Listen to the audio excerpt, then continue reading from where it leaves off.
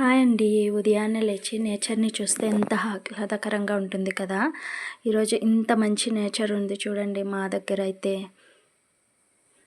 నాకైతే గుమ్మడికాయ అంటే చాలా ఇష్టమండి. మంచులో ఫుల్‌గా మంచున్నప్పుడు చక్కగా టేస్టీగా ఉండే కర్రీ ఏదైనా ఉంది అంటే అది మాత్రం గుమ్మడికాయే. గుమ్మడికాయని ఎప్పుడు చలికాలం మిస్ అవ్వకుండా తినాలి అనిపిస్తుంది కదా! అలాగే మీకు కూడా ఉంటే కామెంట్ చేయండి. గుమ్మడికాయని తీసుకొని 2 ముక్కలుగా కట్ చేసుకోవాలండి. నేను చూపిస్తున్న విధంగా చుట్టూరా చక్కగా ముక్కలుగా కట్ చేసుకొని 2 ముక్కల్ని కూడా మనం విడబెట్టుకోవాలి. నేను చూపిస్తున్నాను కదా! చూడండి ఎంత బావుందో గుమ్మడికాయ. చాలా అంటే చాలా బావుంది. ఈ గుమ్మడికాయ చాలా టేస్టీగా కూడా ఉంటుంది. ఎందుకంటే ఎక్కువ గ్రీన్ కలర్‌లో ఉన్న గుమ్మడికాయలు చాలా టేస్టీగా ఉంటుంది.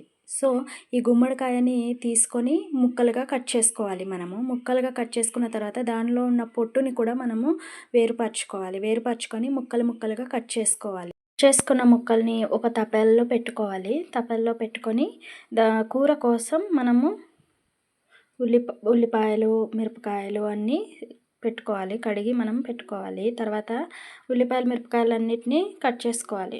చక్కగా కట్ చేసుకొని మిరపకాయలని, ఉల్లిపాయలని సన్నగా తరుక్కోవాలండి. బాగా సన్నగా ఉండాలి. తరుక్కున్న తర్వాత మనం కట్ చేసుకున్నాం కదా! గుమ్మడికాయ ముక్కల్ని నీళ్ళేసి అందులో కడిగేసుకొని మనం తర్వాత కూర వండుకునే పాత్ర తీసుకోవాలి. అందులో నూనె ఏసుకొని మనం కట్ చేసుకున్న ఉల్లిపాయలు, మిరపకాయలు అవన్నీ ఏసుకోవాలి. ఏసుకున్న తర్వాత మనం నీళ్లు పెట్టి కడిగి ఉంచుకున్నాం కదండీ! ఆ గుమ్మడి ముక్కలన్నిటినీ అందులో వేసుకోవాలి.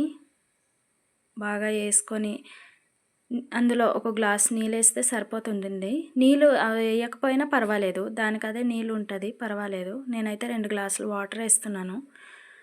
నీళ్ళు వేయకపోయినా సరే గుమ్మడికాయ బాగానే ఉడికిపోతుంది. ఉడికిన తర్వాత కొద్దిసేపు అయ్యాక మనం సాల్ట్‌ని వేసుకోవాలండి. సాల్ట్‌ని వేసుకున్నాక అంటే ఉడుకుతున్న మధ్యలోనే సాల్ట్ వేసుకుంటే మనకు మంచి టేస్ట్, మంచి వాసన కూడా వస్తుంది. గుమగుమలాడుతుంది కాబట్టి. తర్వాత గుమ్మడి ముక్కలన్నీ చితికిపోయినట్టు ఉడికిందనుకోండి ఇంకా కూర రెడీ అయిపోయినట్టే. చూసారా? చితికిపోయింది. చాలా బాగుంది కదా! గుమ్మడి ముక్కలన్నీ చితికి చాలా అంటే చాలా టేస్టీగా ఉంటుంది. దీన్ని కారం వేసుకొని కూడా చేసుకోవచ్చు. చాలా బాగుంటుంది. వీడియో నచ్చితే లైక్ చేయండి, షేర్ చేయండి, సబ్స్క్రైబ్ చేయండి ప్లీజ్.